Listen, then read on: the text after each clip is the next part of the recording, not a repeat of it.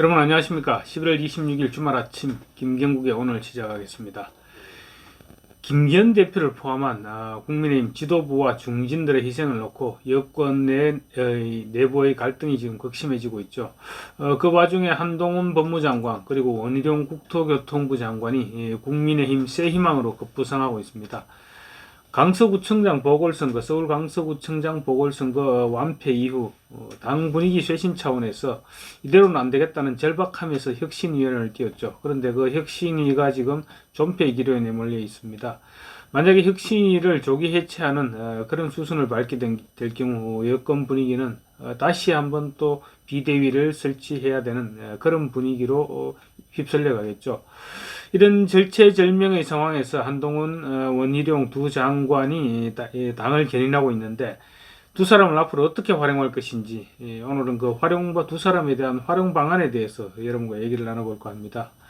먼저 한동훈 법무부 장관, 이준석 전 대표의 탈당 위협, 사실상 위협이라고 할 수 있죠. 탈당 위협 및 신당 창당, 그리고 대구 출마설 등으로 당이 지금 어수선해져 있을 때 한동훈 장관이 지방 일정을 감행하면서 그 중에 대구에서 팬미팅에 주문하는 그런 행사를 가짐으로써 이준석 바람을 한 방에 잠재웠죠. 물론 이준석 바람의 불을 완전히 끄지는 못했지만 여론의 관심을 돌리는 데는 확실히 성공한 것 같습니다. 그리고 원희룡 장관, 혁신위의 2호 안건인 지도부와 윤핵관 그리고 영남 중진들의 흠지 출마 2호 안건이었는데 권고안이었죠. 근데 사실상 지금 대답 없는 메아리 이렇게 흘러가고 있습니다. 그래서 사실상 거부당했다 이런 식으로 이렇게 해석해도 될 것 같은데요. 이 위기에서 원희룡 장관이 흠지 중에 흠지죠. 경기 인천 계양을에 이재명 대표의 지역구인데 이재명 대표와 한판 붙어보겠다 이렇게 하면서 흠지 출마를 지금 자진하고 나섰습니다. 혁신이 숨통을 틔운 것이죠. 최근 원희룡, 한동훈 두 사람의 활동을 보면서 여권에서 두 사람을 어떻게 활용할 것인지 아마 고민을 하고 있을 것 같습니다. 우선 당 쇄신과 물갈이 분위기를 살려나가기에 두 사람이 적임자이고 그래서 향후 공동위원장을 맡아서 내년 총선을 이끌어 나가야 된다 이런 목소리가 벌써부터 나오고 있는 실정이죠. 먼저 한동훈 장관 말솜씨가 굉장하죠. 그리고 대선 주자급 인지도 그리고 인기 모두 갖추고 있습니다. 야당 의원들이 개인적인 문제점을 일일이 기억했다가 야당 의원들이 나설 때마다 그 부분을 핵심을 타격을 하고 있죠. 그래서 야당 의원들을 꼼짝 못하게 만들고 있는데 그런 말솜씨와 달리 지금 깔끔한 매너 그리고 훤칠한 키, 예의 바른 행동 이런 모든 것들이 지금 한동훈 팬덤 현상을 방불케 할 정도로 그 정도로 지금 붐이 일고 있습니다. 아이돌급 인기죠. 대구에서는 무려 3시간 동안 KTX 기차표를 연기해가면서 팬 사인회를 가졌고 울산 유니스트에서도 1시간가량 지지자들에게 막혀서 계속 사진을 찍어주고 사인을 해주고 이렇게 했습니다. 팬덤 초기 현상이라고 할 수 있겠습니다. 국민의힘 내 지금 이 정도 인기를 가진 정치인 어느 누구도 없습니다. 그래서 한동훈 장관은 상징적으로 서울 종로에 출마해야 된다. 아니면 수도권 험지에 출마해서 수도권 총선을 견인해야 된다. 마포월, 경기도 오산 이런 민주당의 중진 의원 지역구에 자객으로 출마해야 된다. 아니면 비례대표로 출마해서 당의 선거를 이끌어야 된다. 이런 온갖 주문들이 쏟아지고 있습니다. 어쨌든 이준석 신당을 견제하는 것은 지금 당장 한동훈 장관을 국민의힘이 써먹을 수 있는 카드인 것 같습니다. 보수의 이준석 전 대표 지금 아직 탈당은 하지 않은 상태입니다. 그렇지만 보수의 심장 대구를 찾아서 지금 대구를 타깃 지역으로 하겠다. 그래서 대구에서 출마도 할 수 있다. 신당을 창당할 경우 자신이 이준석 전 대표 본인이 직접 대구에 출마할 수도 있다. 이렇게 지금 얘기를 하고 있죠. 그렇게 대구가 어수선해진 상황에서 한동훈 장관의 대구를 방문하면서 한순간에 분위기를 장악했습니다. 사실상.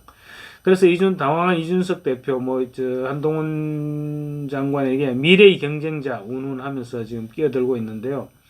아직은 한동훈 장관의 약점이 드러나지 않으니 언젠가는 대선 경쟁에서 만날 것이다. 이런 뉘앙스를 풍기면서 자기도 대선에 나갈 것이다. 이렇게 얘기하는 자기 광고에 지금 한동훈 장관을 활용하고 있는 셈이죠.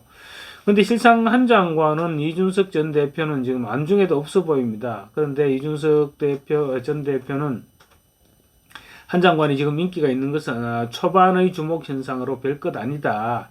내가 박근혜 퀴즈를 넘어섰듯이 한 장관도 성공하려면 윤석열 퀴즈를 넘어서야 된다.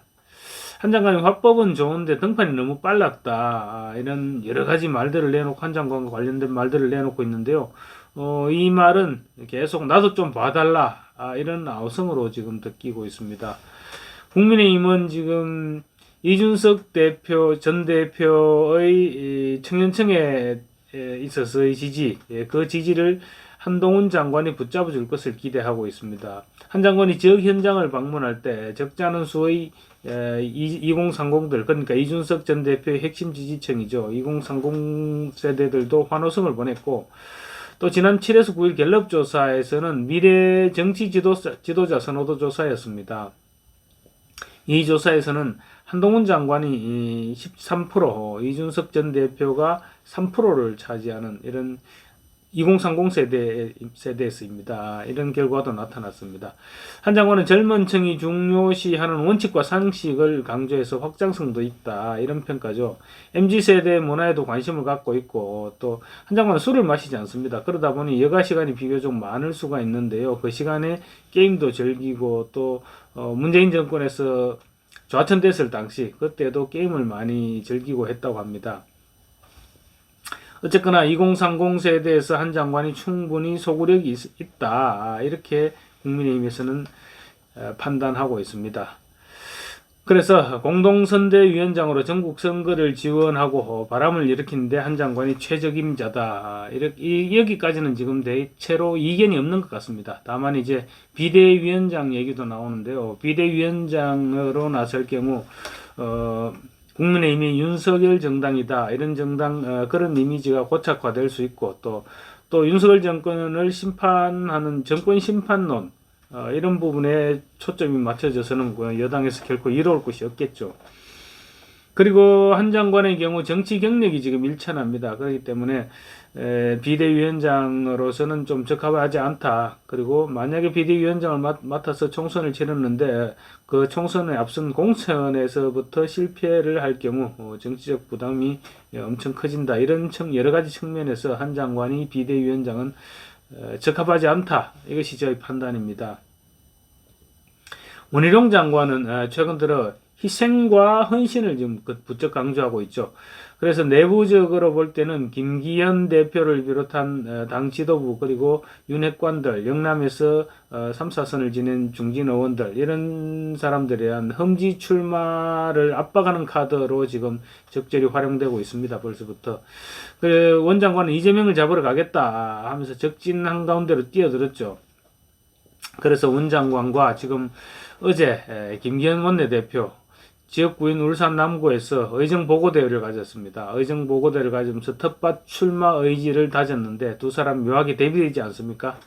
그래 김기현 대표 입장에서는 원 장관의 인천 계양을 출마 보도가 참 미치고 환장할 일일지도 모르겠습니다. 당장 당 안팎에서 원 장관은 저렇게 결기를 다지고 있는데 당 대표가 자기 선거만 생각하고 희생을 외면하고 있는 것이 아니냐, 이런 지적이 벌써 쏟아지고 있죠.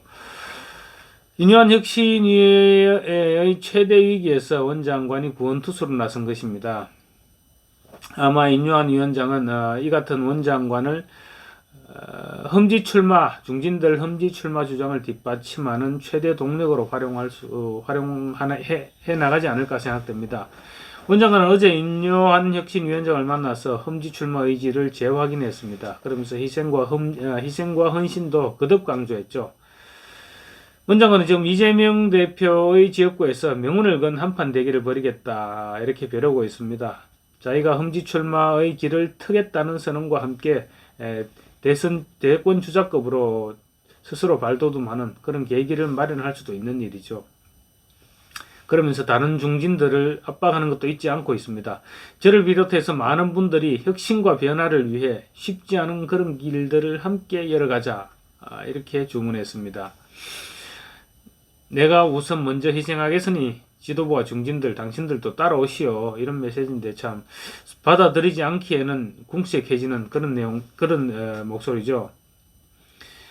외부적 전략으로 볼 때는 원장관이 인천 계양을 출마, 외부적 전략으로 볼 때는 이재명 킬러로 활용한다, 이런 쓰임새가 있습니다.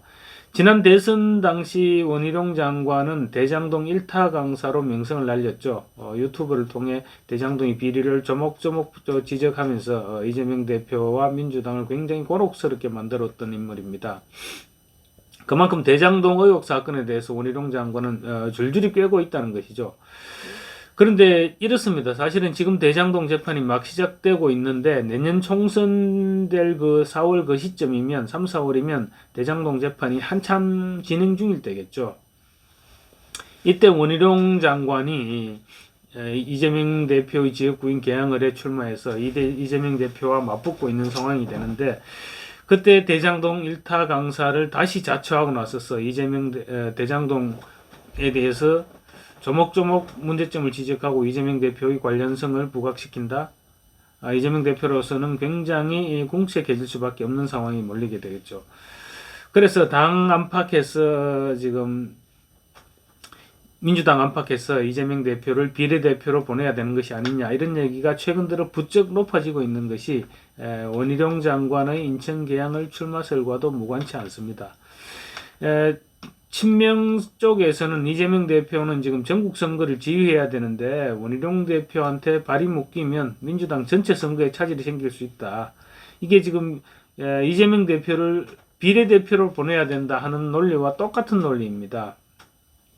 그래서 국민의힘에서는 이재명 대표가 원희룡 장관을 피해서 비례대표로 행보를 돌리는 것이 아니냐, 이렇게 지금 이재명 대표를 쉽게 말하면 긁고 있는 것이죠. 사실 또 이재명 대표 입장에서는 100% 내년 총선에서 100% 당선이 확실하다, 이런 확신이 필요한 것도 사실입니다. 왜냐하면 이재명 대표 지금 사법 리스크가 너무 많기 때문이죠. 만에 하나라도 원내 입성에 실패할 경우 지금 이재명 대표 입장에서는 생각하기에도 끔찍한 일이 벌어질지도 모릅니다. 심지어 지금 그러다 보니까 국민의힘 일각에서는 이재명 대표는 전국 어디로 가도 험지다, 이런 말을 지금 이런 주장까지 하고 있습니다. 이재명 대표의 반 이재명인 인사들, 반 이재명 여론도 그만큼 있다는 얘기죠. 원희룡 장관의 인천 계양을 출마, 사실 원 장관 입장에서는 이기면 대박이고 저도 건수하게 진다면 저도 본전이다, 이런 생각을 하고 있을 것입니다. 반대로 이재명 대표 입장에서는 이겨도 본전이고 지면 끝장이다, 이런 계산이 설 수 있죠. 그래서 이재명 대표가 정면 대결을 피할 것이다 라는 분석이 나오는 이유입니다. 원희룡 장관이 이제 험지 출마를 사실상 공식 선언했고, 한동훈 장관 역시 편한 곳으로 편한 데 가서 편하게 정치를 하겠다, 이런 생각을 가지고 있지는 않을 것입니다. 그래서 이제 공은 김기현 지도부와 그리고 윤석열 대통령과 가까운 소위 말하는 윤핵관들, 또 영남권 중진 의원들, 이 사람들에게로 지금 공은 넘어간 것 같습니다. 이 사람들이 과연 진정으로 윤석열 정권의 성공을 바라는지, 아니면 자신의 정치적 입지, 정치적 유불리만 생각하는지 조만간 확인이 가능해 보입니다. 윤석열 정권이 백색감도의 위기에 처해 있는데 그동안 당으로부터 짧게는 10수년, 길게는 20년이 넘도록 온갖 혜택을 받아온 중진 의원들이 그 정도 절박감도 느끼지 못하고 있다면 총선에서 지고 윤석열 정권이 풍비박산 나도 어쩔 수 없는 일이 아닐까, 이런 생각이 듭니다. 어쨌거나 다가오는 내년 총선, 보수 진영에서는 한동훈, 원희룡 두 장의 카드를 어떻게 활용하느냐가 승패를 좌우할 것이다. 다소 성급하기는 하지만 이런 분석을 내놓을 수 있을 것 같습니다. 감사합니다. 행복한 주말 되십시오. 구독과 좋아요 그리고 알림 설정은 저에게 큰 힘이 되고 있습니다.